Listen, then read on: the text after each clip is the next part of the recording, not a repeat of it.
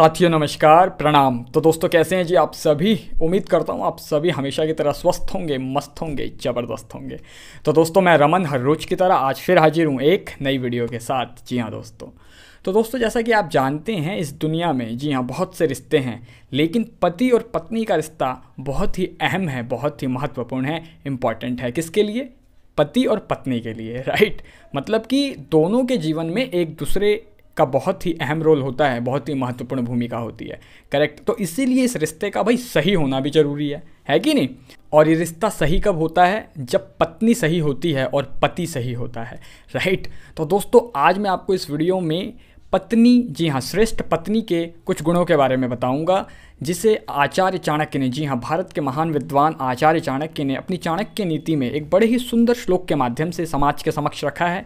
समाज के सामने इस बात को उजागर किया है कि भाई आखिर एक सही और श्रेष्ठ पत्नी के क्या गुण होते हैं, एक औरत में, एक महिला में श्रेष्ठ पत्नी के क्या गुण होने चाहिए, करेक्ट।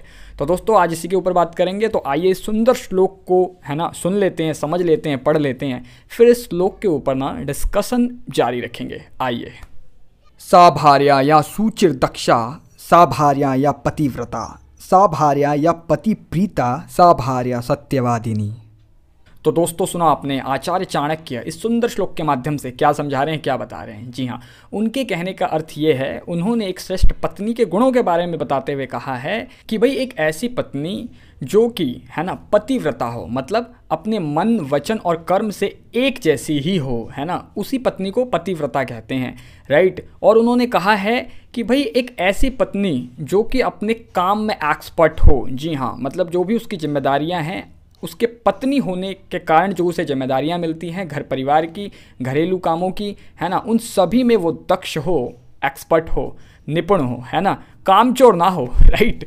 और तो और दोस्तों पत्नी ऐसी होनी चाहिए जो अपने पति से प्रेम करती हो, पति प्रीता हो, पति से प्यार करती हो, राइट। और उन्होंने आगे इस श्लोक में बताया है कि वो हमेशा अपने पति से सच बोलने वाली हो। जी हाँ दोस्तों, है ना।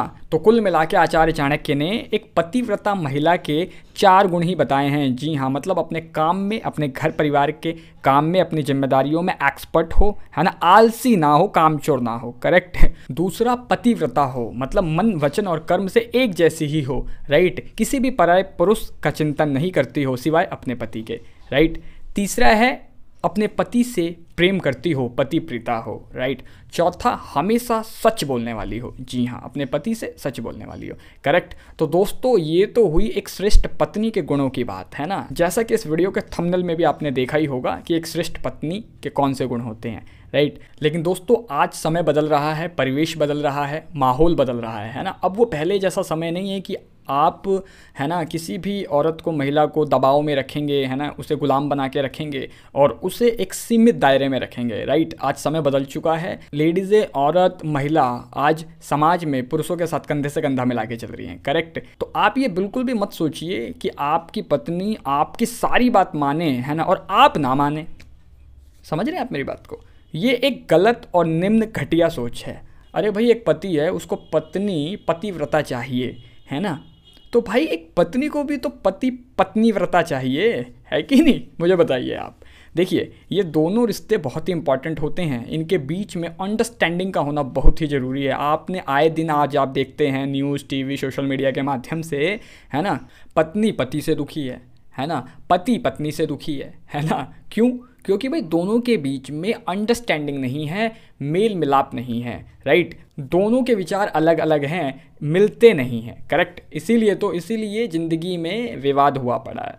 देखिए आपको एक एग्जांपल के माध्यम से समझाता हूँ। आपने वायर देखी होगी, जी हाँ वायर, तार, है ना, जो हम घरों में यूज करते हैं जनरली, राइट। आपने देखा होगा एक ब्लैक होती है, एक रेड होती है ना, मतलब एक प्लस एक माइनस, करेक्ट।